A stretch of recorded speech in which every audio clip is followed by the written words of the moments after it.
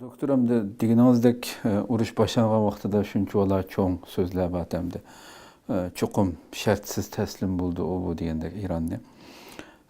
107 gün bolganda hamda bu moddalarda hamda İran'nınki muş yadro hem özü işlemeydigan yadro uranyum meselesini bu qoralga erişemaydigan hem başka devletlerimiz setip alanmaydigan bu şarttan başka bu 14 madde qarasanız hakikaten bütün hatta to'ng'iltilgan mal mülklerden tatip hemmesini İran'a qaytırıp beriş meselesi tilg'in elinden bir adam.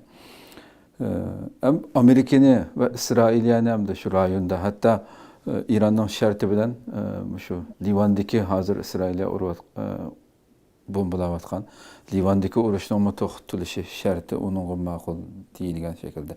Hatta şu İran'ın qayta qurilishi uchun şu moddalarning ichida Amerika İran'ın qayta qurilishi uchun en az 300 milyar dollarlık bir iqtisodiy plan. Buni xuddi to'lam to'lagandeklar bir narsa endi bu.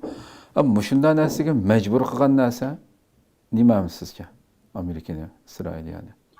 Amerika bu canlı iç buyup nurgun iktisat ziyanına sebep oldu. Misalga muşu neft tabi gaz muşu enerjinin ki bazı ösep gitti. Onun ki altın, kömür, mis degenlerinin ki ösep gitti. Amerika'ya bir iktisat cetten bisim oldu. Şundakla halkara iktisatıma bir bisim bulup kaldı. Bu devletler Amerika'ya boğan bir bisim peyda oldu. Demek bu Trump köperek şu iktisatının yaratkan ziynini esas algandek durdu. Yani kelgüsü ve halkara münasebet ya ki devletinin ki ali menfaati diyen cetten oylaşmaganlığını köstüdü. Misalga değilim şu İran bir aciz bakan bir devlet. İktisat uzun müddet devam kılamaydıgan bir devlet. Eğer de Amerika bütün gücü bile bazı devletlerine yeni epturup İran'a neçe ay şunda uruş canını kısa İran teslim buluşka mecbur kalattı. Ama iktisat nacarlaşkandan kinla Amerika derhal toktap kaldı. Demek bayağı ben digendek bu Trump bir ticaretçi boğaşka, soğduger boğaşka, köperek muşu solda ziynini karab bu canını toktattı. Aslında bu canını toktutuş, ya ki hazır uruşunu toktutuş, İran'a payda buldu. Bayağı digendek nurgun cetten yani nurgun neresini sanalayımız hem de İran'a bu paydalık tarafını. Şununla bu İran'a makul davadıdı.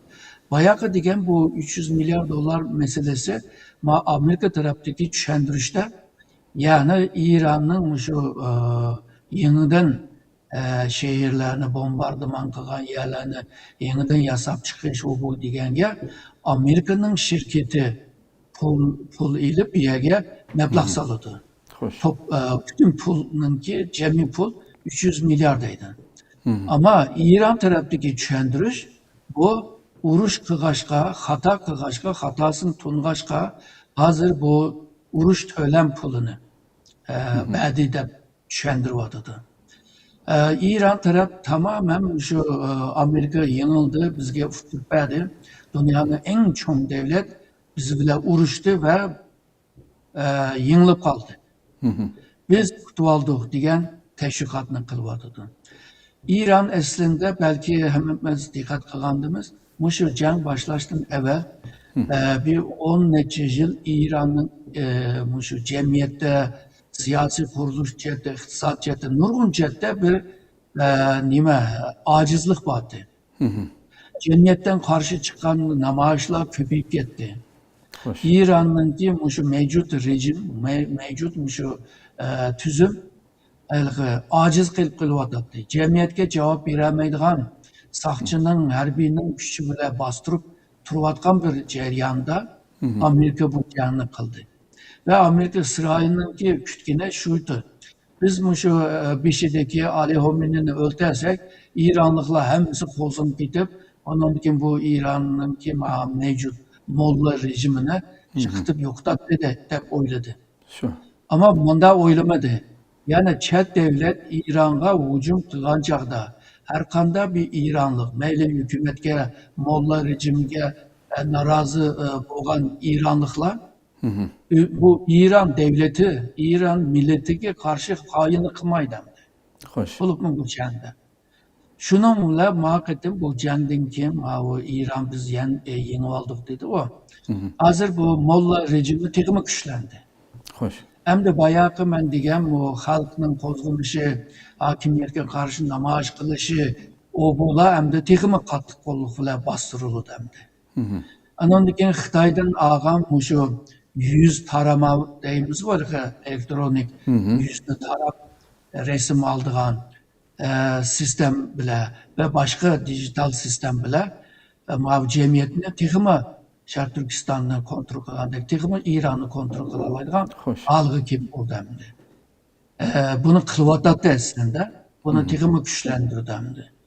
Shuningga yig'ib kelgan chog'da İran rejimi texmi kuchlangan bo'ldi, ammo Amerika İran'a qarta o vaqtincha bir jangni to'xtatgan bilan orasidagi bu jidallar tugmadi. Bo'libmi İran bundan keyin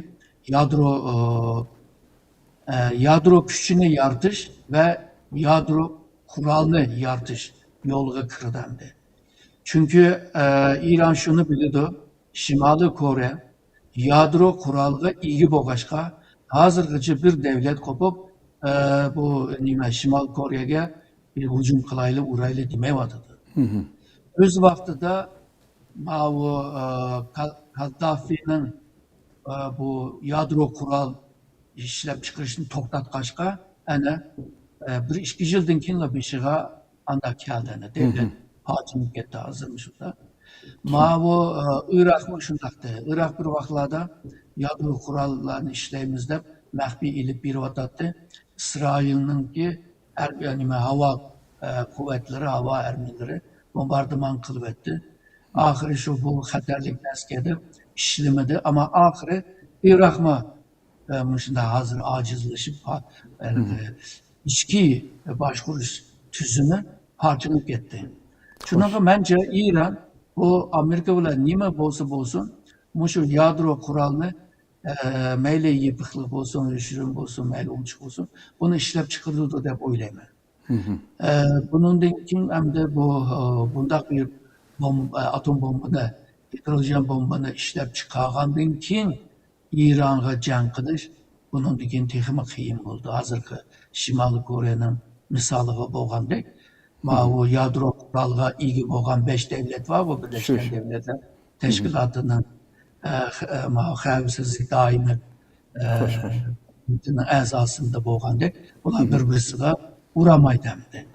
Jang qilib to'pyakum jang ochamaydi. Shuning İran'a bu sebepten hem kolu putu yeşilgandek, hem de harbiy kuchini kuchlantirolgandek, hem de bundan keyin chet mablag'lar kirishga boshlagandan keyin bütün boyliqlarni hammani ishlatiladigan olg'a kelalaydi. Ve shundaqla İran'la bir Suudi Arabiston ve onundanmi boy enerji jihatdan boy bir devlet holiga aylanishmi mumkin. Bunda bir ahvol paydo bo'lyapti. Xo'sh. Xo'sh, xo'sh.